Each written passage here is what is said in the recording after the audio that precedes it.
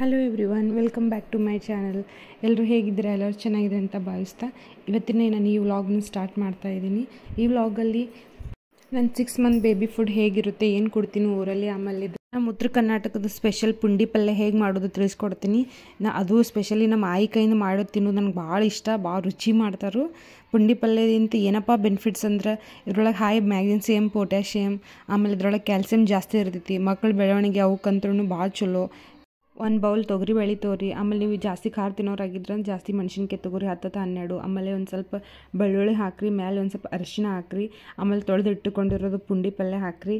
ಇದೆಲ್ಲನೂ ಹಾಕಿ ಒಂದು ಸ್ವಲ್ಪ ಕುಕ್ಕರ್ದಲ್ಲಿ ವಿಸಿಲ್ ಒಂದು 3 ಅಥವಾ 4 ವಿಸಿಲ್ ಹಾಕಿ ಆಯಿತು. ಇದಿಷ್ಟು ಪೂರ್ತಿ ಫುಲ್ ಸಣ್ಣಗೆ ರುಬ್ಕೊಂಡ್ರೆ ಮುಗಿದು ಪುಂಡಿ ಪಲ್ಯ ರೆಡಿ. ಇವಾಗ ಪಲ್ಯ ಜೊತೆ ರೊಟ್ಟಿ ಇದ್ರೇ ಟೇಸ್ಟ್, ಪುಂಡಿ ಪಲ್ಯ ಜೊತೆ ಜೋಳ ರೊಟ್ಟಿ ಇದ್ರೇ ಟೇಸ್ಟ್ ಬರುತ್ತಲ್ಲ. ಸೊ ಆಯಿತು, ಅತ್ತೆ ಅಂತರೂ ಆ ಕಡೆ ಪಲ್ಯ ಮಾಡಿದರು. ಆಯ್ತು, ಇವಾಗ ನಾನು ಸ್ವಲ್ಪ ರೊಟ್ಟಿ ಮಾಡಬೇಕು. ರೊಟ್ಟಿ ಹಂಚಿಟ್ಕೊಂಡು ರೊಟ್ಟಿ ಮಾಡಕತ್ನಿ. ನನಗೆ ರೊಟ್ಟಿ ಅಷ್ಟು ಪರ್ಫೆಕ್ಟ್ ಬರೋಂಗಿಲ್ಲ, ಎಲ್ಲ ಆಯಿನೇ ನಂಗೆ ಹೇಳ್ಕೊಡ್ತಾರೆ. ನನ್ನ ಪುಟ್ಟಾನು ಇನ್ನೂ ಮಲ್ಕೊಂಡಿದ್ದ, ಅವ್ನು 7 ಪಟ್ನಿ ರೊಟ್ಟಿ ಮಾಡಿ ಮುಗಿಸ್ಕೋಬೇಕತ್ತೆ. ಪಟ ರೊಟ್ಟಿನ ಇಷ್ಟು ಮಾಡಿದೆ. ಪುಟ್ಟ ಅಂತೂ ಮಾರ್ನಿಂಗ್ 6 o'clock ಮೇಲೇ ಹೇಳ್ತಾನು. ಆಯ್ತು, ಅವ್ನು ಎದ್ದು ಕೂಡಲೇ ಆಯ್ತು ಒಂದು ಸ್ವಲ್ಪ ಆಟ ಆಡಿ ಎಲ್ಲ ಆದ ಕೂಡಲೇ ಜಳಕ ಮಾಡಿಸ್ತೀವಿ. ಒಂದು 8:30 ತನಕ ಆಟ ಆಡ್ತಾನೆ, ಆಮೇಲೆ ಜಳಕ ಮಾಡಿಸ್ತೀವಿ.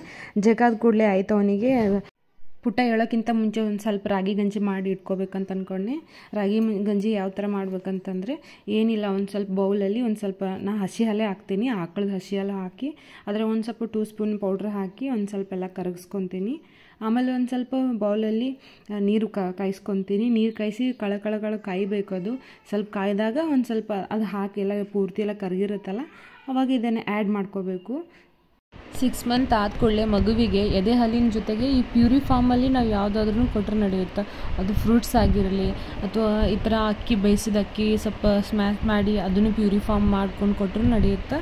ಸೊ 6 ಮಂತ್ಸ್ ಆದ ಕೂಡಲೇ ಮಗು ಬೆಳೆದಂತೆ ಎದೆ ಹಾಲು ಸಾಕಾಗೋದಿಲ್ಲ. ಅದ್ರ ಸಲುವಾಗಿ ಹೆಂಗಂದರೆ ಎದೆ ಹಾಲಿನ ಜೊತೆಗೆ ಇವು ಅಡಿಷ್ನಲ್ ಆಗಿ 1 ಟೈಮ್ ದಿನಕ್ಕೆ ಒಂದು ಸಲ ಯಾವುದಾದ್ರೂ ಒಂದು ಪ್ಯೂರಿ ಫಾರ್ಮಲ್ಲಿ ಕೊಡಬೇಕು. ಅದು ಗಂಜಿನೇ ಆಗಲಿ ಏನೋ ಒಂದು ಫ್ರೂಟ್ಸ್ ಮುಖಾಂತರ ಯಾವುದೇ ಪ್ಯೂರಿ ಫಾರ್ಮಲ್ಲಿ ಕೊಡ್ರೆ ನಡೆಯುತ್ತೆ. ಸೊ ಇವನಿಗೆ ನಾನು ರಾಗಿ ಗಂಜಿನೇ ಮಾಡಿಕೊಡ್ತೀನಿ. ಡೈಲಿ ಫಿಕ್ಸ್ ಮಾರ್ನಿಂಗ್ ಮಾಡ್ತೀನಿ. ಮಲ್ಟಿಗ್ರೇನ್ಸ್ ಎಲ್ಲ ಹಾಕಿ ರಾಗಿ ಪೌಡರ್ ನಾನು ಮನೆಯಲ್ಲೇ ಮಾಡ್ಕೊಂಡಿನಿ. ಎಲ್ಲ ಥರ ಸಿರಿಧಾನ್ಯಗಳನ್ನು ಬೆಳೆಸಿ ನಾನು ಯಾವ ಥರ ರಾಗಿ ಪೌಡ್ರ್ ಮಾಡ್ಕೊಂಡು ನೆಕ್ಸ್ಟ್ ವ್ಲಾಗಲ್ಲಿ ತಿಳಿಸ್ಕೊಡ್ತೀನಿ. ಎಲ್ಲ ರೆಡಿ ಆದ ಕೂಡಲೇ ಒಂದು ಸ್ವಲ್ಪ ಹಸಿ ಹಾಲು ಬೆರೆಸಿ ಕುಡಿಸಿದೆ.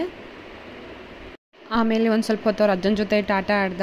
ಅಜ್ಜ ಆಯಿ ಜೊತೆ ಇವನ್ನ ಒಂದು ಆಟ ಆಡೋದು ನೋಡಿದೆ ಒಂಥರ ಭಾಳ ಖುಷಿ ಕೊಡ್ತದೆ ನನಗೆ. ಅಜ್ಜ ಆಯಿ ಆದ್ರೂ ಅಷ್ಟೇ ತಂದೆ ತಾಯಿಗಿಂತ ಹೆಚ್ಚಿಗೆ ಪ್ರೀತಿ ಕಾಳಜಿ ಮಾಡ್ತಾರೆ. ನಿಮಗೆ ಈ ವಿಡಿಯೋ ಇಷ್ಟ ಆದರೆ ಲೈಕ್ ಮಾಡಿ, ಕಮೆಂಟ್ ಮಾಡಿ, ಪ್ಲೀಸ್ ನನ್ನ ಚಾನಲ್ನ ಸಬ್ಸ್ಕ್ರೈಬ್ ಮಾಡಿ. Thank you.